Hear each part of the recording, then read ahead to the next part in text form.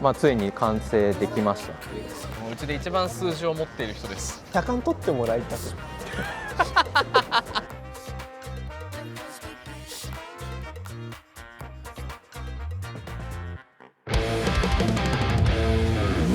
サンダーオートガレージ。一番話を聞きやすいお友達がいたのでお話を伺っていきたいと思います。どうも、はい。名前は？高橋です。年齢は31になっちゃいました。で、車はこの R32 スカイラインの GTS25 っていうグレードです。これをこの YouTube から飛んで TBCC の YouTube 見てくれてる方だったらもしかしたら見たことあると思うんですけれども、うちで一番数字を持っている人です。この動画もそれに乗っ取って、悪い意味じゃないよね。うん、上がった上がったチャンネル登録者数と再生数を持ってる人なんで、これで伸びなかったらもう俺らの時代は終わったよ。引退。前動画撮った時28とかです。そうだね、28ぐらいだね。もう終わった感あるね。これが一個の証明になると思います。じゃあお車のご紹介お願いします。怖い振り方。この車何？これは俺何回聞いてもよくわかんないんだけど、この車。日産の1992年式のR32 型のスカイラインの4ドア、はい、で、はい、こちゃこちゃしてるんですけど、外見としてはまあそれなりに落ち着いた感じで地味にやってるっていう感じですかね。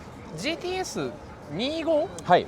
で排気量が2.5 リッターの NA、あ、2.5 はボアアップしてじゃないのか。そう、いろいろなんだっけ、33のキャリパー入ってるとかはいはいはい、ね、はい、まず5速のマニュアルにスワップしてまして、なのであそこ見ていただくと分かる。あれ変えちゃったんだっけ、変えちゃった、あるはずのない123みたいなオートマゲージが変えちゃったよ。はい君んとこのともろくに作ってもらって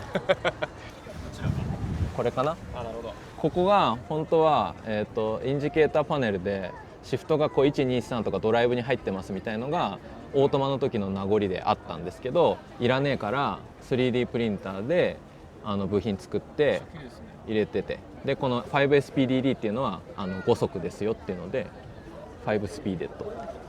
本来そこには縦のオートマのシフトが入ってたところに5速が入ってますよ。ぶち込まれ、あとはなんか若干ブラックジャック感あるよね。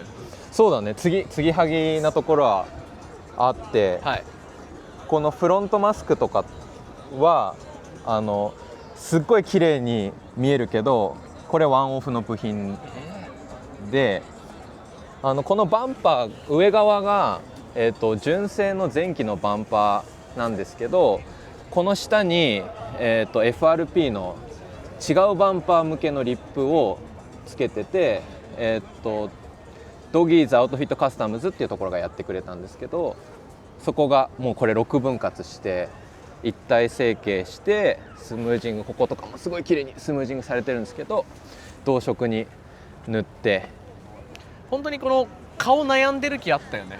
そうだから会うたびに顔違うなみたいな。だからお前は3顔目だと思うけど、なるほど、見るのでも、まあ、ずっとこういう風にしたいなっていうのはあって、はい、でもできるところがない。こういう構想でこういう風にこの車をしたいっていうのあったけど、できるところがなかったけど、まあ、ついに完成できましたっていう。でこういうのとかもね、もともとついてないんですよ。グリルとかも。グリルもこの違うバンパー用のグリルを加工してここにぶち込んでるっていう。だからここでちょっとこうワンポイントの黒が対応してるような感じでまとまって見えるっていうのがありますね。だから全体的にそんな感じで後ろのスポイラーとかもこれはワンオフでそんない高さなんですけどね。ウイングでもなければよくあるこうチビスポでもなくて、なんか中国から変なコイル買ってきてこの120センチに切って塗装してつけた。やっぱり GTR みたいにもともとがすごいかっこいいっていう車よりも GTR 以外の32って結構みんな好き放題いろいろやってて、個性が出るっていうか間違いないですね。グレードなんで、まあ、そこは楽しんでやってるって感じですかね。今後のカスタムの構想とかは車もう1台買おうかな。3台目。以上です。以上です。サンダーオートガレージ。お名前は佐々木と申します。おいくつですか？今27ですね。若なでお車がはい、トヨタのクラウンマジェスタですね。17マジェスタ今乗ってる人周りにいなくないですか？そうですね。本当にドヤンキーの方ぐらいしか乗らないじゃないですか。はい。なんでこれをセルシオとか、はい、その辺欲しいなと思ってたんですけど、はい、自分もう1台車持ってまして、はい、トヨタのカレンっていう2ドアのクーペなんです。車をそうでそれは免許取ってからずっと乗ってるんですけど、はい、一応それは保存のしていくっていう形で乗ってるので、これは足車扱いみたいな感じでこういうセダンに乗りたかったっていうので探してて、いい答えがあったので、はい、買ったっていうのが、なるほど。こうビップカーというかその平成ヤンキー感みたいなのはもともとお好きだったんですか？そんなじゃないんですけど、なんつったらいいんでしょう、車間取ってもらいたくあんま近寄ってもらいたくないんで、はい、こうしてりゃ近づいてこないでしょっていう。これ海外の方わからないと思うんで補足させていただくんですけど、日本で一番距離を置かないといけない車っていわゆる属車みたいな車じゃなく、このタイプのクラウンとかマジェスタですよね。あとよく見っけてきたなみたいな、この平成の空気感があるアルミだったりとか、ドリンクホルダーとかファーみたいな、どこで買ってんですかあれは？ファーは普通にこの17型のクラウンですけども、ダッシュボードはみんな共通なので、ネットで検索するとやっぱこういうの作ってくれるところがあるんですよ。で生地も普通の黒のスウェード調のやつもあれば、私みたいな白のファーのやつもあってっていうんで選んでこれをテイストして。なるほど。でドリンクホルダーとかも、写真のね Google で画像検索とかあるじゃないですか、そういうのを入れるとやっぱりまだ売ってるやつが出てくるので、それで買ったりとか。でホイールはこの中でも一番こだわりがあるのは、ディッシュのホイール履きたかったんですよ。当時のメルセデスの S クラスだとかこういう純正でホイールあったじゃないですか。面多めこのケースよね。そうです。あとはオデッセイのアブソルートとかもこういう見た目、割と流行りだったのかなっていうのがあるので、履きたいなって言ってこれをセレクトした。アップガレージとかで探してって感じですか？いや、俺大体ヤフオクあるんですね。そうなんだ。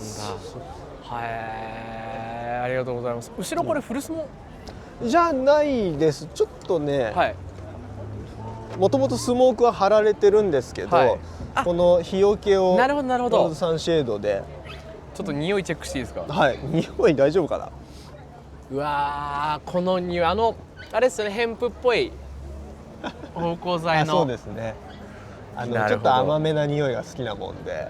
ありがとうございます。ちなみに今までこの車で何回職質されました？2回。あ、意外と少ない。